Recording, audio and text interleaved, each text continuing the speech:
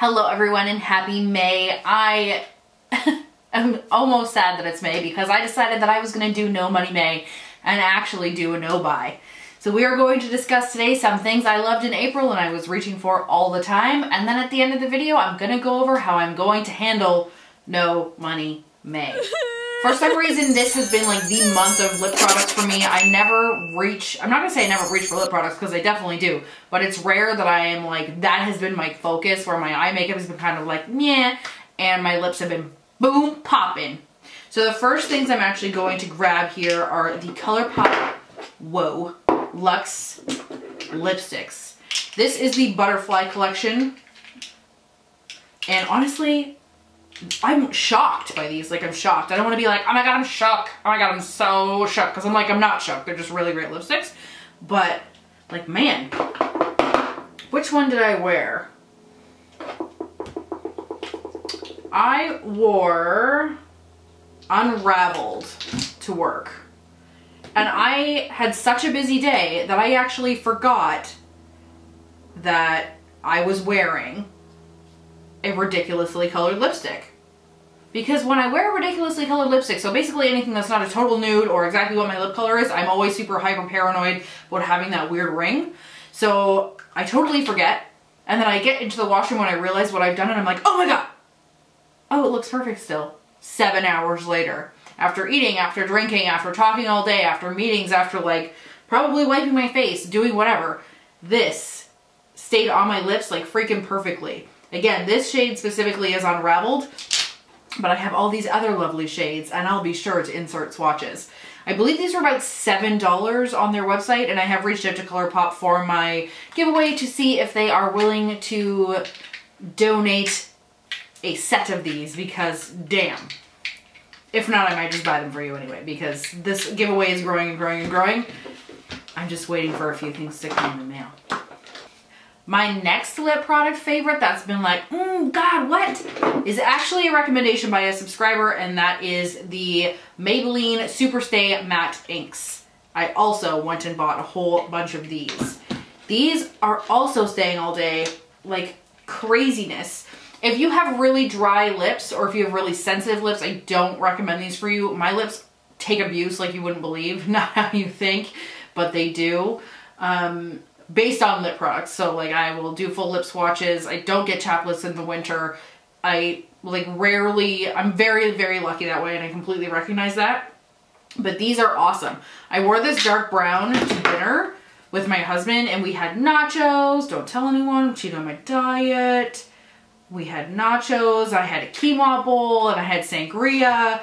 And at the end of dinner, I was laughing to myself because I assumed my husband was looking at me and laughing at me like, oh my god, you have weird poo ring mouth. And so it's this dark right here. And I was like, oh haha, does it look hilarious? He's like, no, I'm actually shocked. It looks amazing still. It was still totally intact. I actually really like the range of colors for these. They are all over. They're from like nudes to super darks to super brights. But they're very opaque, and I did not feel like I had to constantly reapply them. So this one is the ColourPop lipstick, but the rest of them are the Maybelline Stay Matte Inks. If you like that super matte type of lipstick, this is it for you. Like, that is, they dry down and they don't budge. I know that I said in products that I regret purchasing, or was it one of those? No, it was totally products that I don't like that everybody else loves. I did actually bring up the ColourPop Super Shock Shadows. So my first foray into these was the Butterfly collection, which this was one of those. This is specifically the shade Lady Bird. So I have been loving this for those like no makeup days. And for me, no makeup means I'm totally still wearing full face of makeup, but I am not doing any kind of black liner. I'm not doing any kind of color on my eyes. It's really just been a wash of this and that's it. And that I have been really loving. Funny enough, this is actually the one that came broken and probably the most calm shade that I could have gotten. But have been loving this, have been reaching for it like crazy. Unfortunately, I wish it hadn't come broken because it is starting to split around the sides. It's very reflective. I'm not sure if you can actually see that, but you can see that I have made some violent dents in it already. So my next product is the Anastasia Beverly Hills Soft Glam I'm not gonna lie, I went on a huge rant about how I was not gonna buy this because it's not my style and it's very boring and sleepy. But I've been reaching for this like crazy. Every time I go to do any look, I find this is in my hand. Even if I'm doing something really obnoxious or something super neutral, it's in my damn hand and I can't seem to put it down. Honestly, it looks more used than some stuff I've had for a very long time. I bought this in the VIB Rouge sale and it just, I can't keep my damn hands off it. Just an example of some of the very lovely shimmers that are in here. 8 of the 14 of these shades are in palettes I already have. And I'm not talking like I am duping them by other palettes. I'm talking there are 8 shades in here that are in other Anastasia Beverly Hills palettes that I already own. So in my opinion, I probably could have duped the rest of it and like pulled my shit together.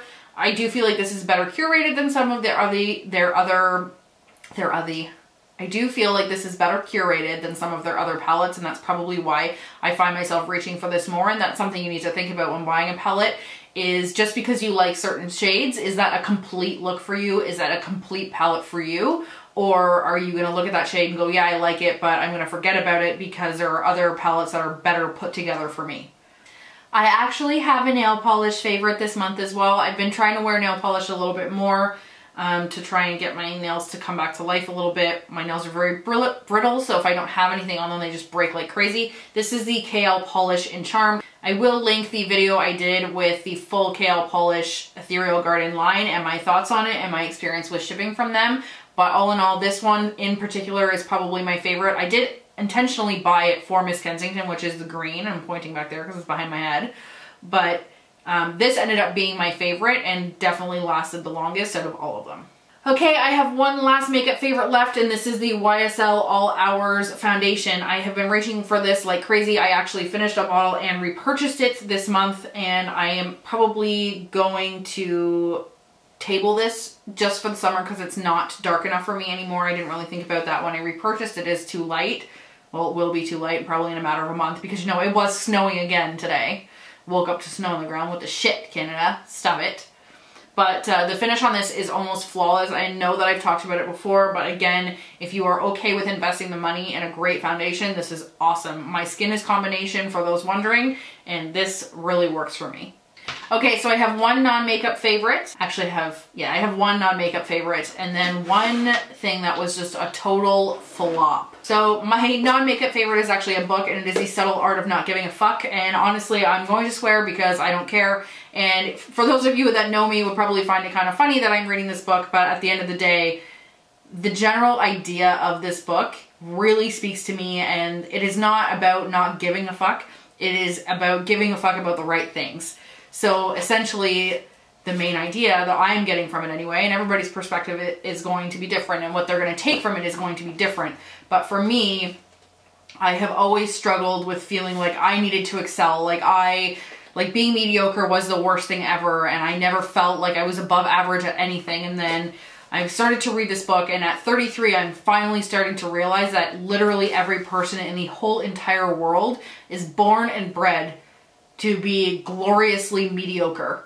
And that is totally okay. It is something that I have struggled with my whole life, and I can't believe it's taken me this long to like think about how that is okay. So it's all about what your value sets are and how you value certain things over other people, and that can make your relationships difficult because your basic value sets are just different. And I think that's really great, and I really like to, not to sound like the girl from The Bachelor, but I really like emotional intelligence. I think it's very interesting. I feel like other people's perspectives are very interesting, so I really enjoy this. So if you are into that kind of thing, I highly recommend this book. If you are easily offended, I do not recommend this book. It is not for you. Okay, we have 2 super fails from this month. The first one is an item I got from BoxyCharm. I just wiped my hand off on a makeup wipe and now it's slimy feeling gross. The first one, sorry, is from BoxyCharm. It's the Odessa New York liquid lipstick. That was not at all a liquid lipstick. It was more like a lip gloss, and I freaking hate lip gloss. This was off in a matter of moments, and they want to charge you $24 for this. And I'm sorry, Odessa, not on your damn life. Never. The last fail is actually something I returned to Sephora, and I can't actually show it to you, but is the Danger Control palette by NARS. I will have the palette linked here in a photo, and I will also have the palette mentioned in the VIB sale. And it was just chunky and a nightmare, and even I couldn't make it work or even try to make it work. So that went back to the store, and just because something's on the sale page doesn't mean it's good. Okay, so those were my favorites for the month. We are going to talk about No Money May. So in No Money May, we are going to do Project Peking Pan. We are going to do Shop My Stash. We are probably going to do declutters because I feel like it's necessary. Now looking at my desk, there's all this shit everywhere. It's making me mental. I will stay subscribed to my subscription boxes, and I will be buying 2 products that I had already intended to buy and I had already budgeted for, and that will be the Kat Von D 10th Anniversary palette, which is here and beautiful. I'm so excited, which is coming out on May 5th.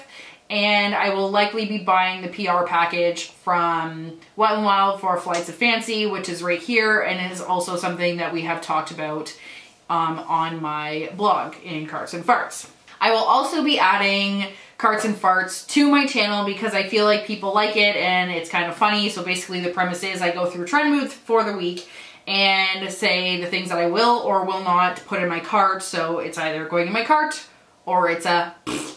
Okay guys, I hope you enjoyed this video. I hope your May is fantastic, and for all of you in the cold weather places, I hope that summer does actually show up at some point. I'm hearing that on May 1st it's supposed to be like 20 degrees Celsius, which is very, very nice, especially for here.